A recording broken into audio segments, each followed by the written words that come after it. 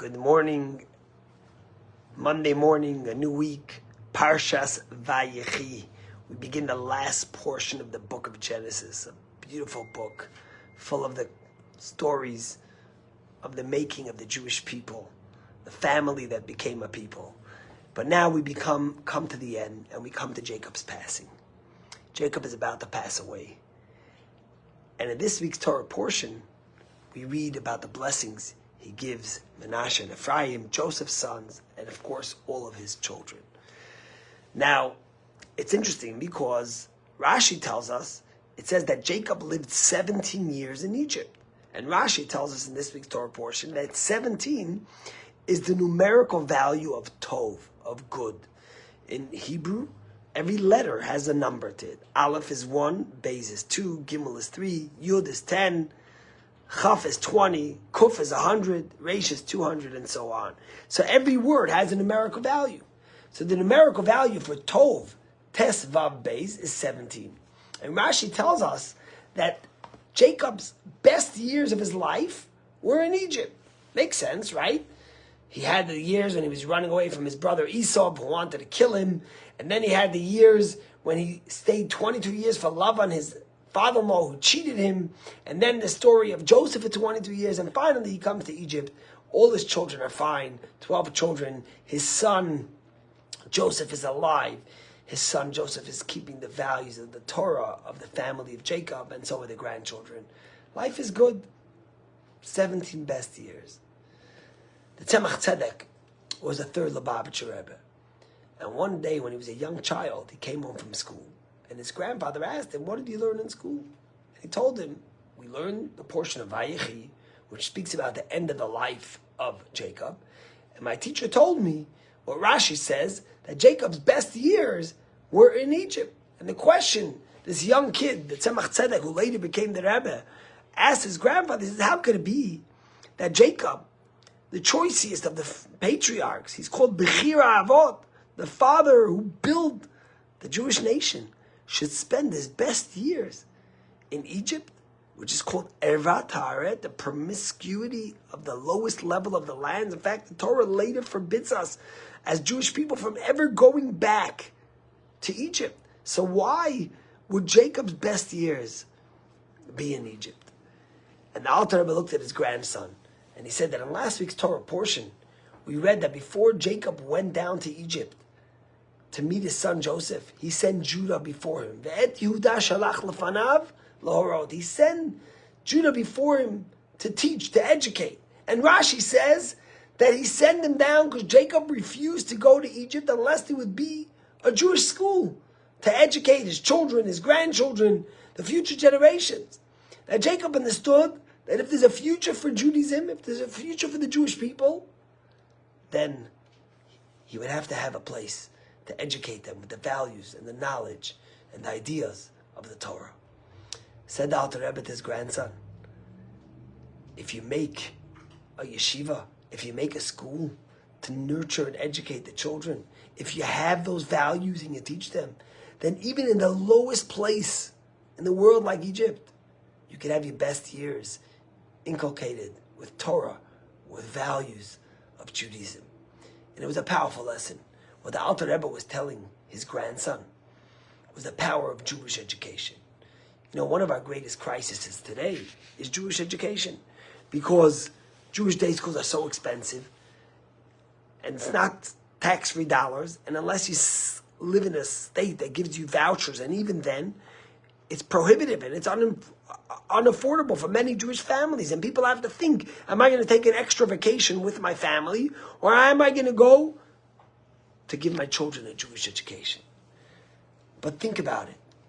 Our greatest prize and gift is our children. And if we don't invest in our children, then what do we have? We all dream about sending our children to the best colleges. And from when we're married and we start saving, we immediately save for college. But what about our children's values and Jewish education? Who they're going to be and what they're going to grow up to be? It's hard, of course, sometimes to sacrifice for our children's education. But the reward is infinite. And the truth is, as Jewish communities, we have to consider how to make Jewish education more affordable for every Jewish family. But that doesn't take away from the message of this week's Torah portion and what Jacob teaches us through living those quality years in Egypt and sending Judah before him to nurture, to educate, to build a yeshiva. That's the value of Judaism. Education is first. Giving our children the values of what it means to be a Jew is the most important things. You know, we have a son called Moshe. Moshe's 14. He's learning in a yeshiva now. He's in 9th grade, in the first year of high school, and he's learning in a yeshiva in New Haven, where he studies and preparing to become a rabbi one day, God willing. What he chooses to do later in life, we don't know, but he'll have those tools and that education. But who's he named after? He's named after my mother's father, whose name was Moshe Karlevitcher. His name was actually Moshe Rubinson, but he was named after the city he came from. And my grandfather was in the underground yeshiva that the previous Lubavitcher Rebbe set up under the Bolshevik and Stalinism regime. They forbade learning Torah. You weren't allowed to have Jewish schools, and you weren't allowed to have Jewish education. Stalin understood that if he wanted communism and he wanted to get rid of Judaism, he said, I give up on the old people. They could go to shul. But the children, the youth, that's who we have to rip away from Judaism. And today I meet so many Jews who grew up in the former Soviet Union who embraced their Judaism and love it. But back in the former Soviet Union, they had no education. They were ripped away from their Judaism.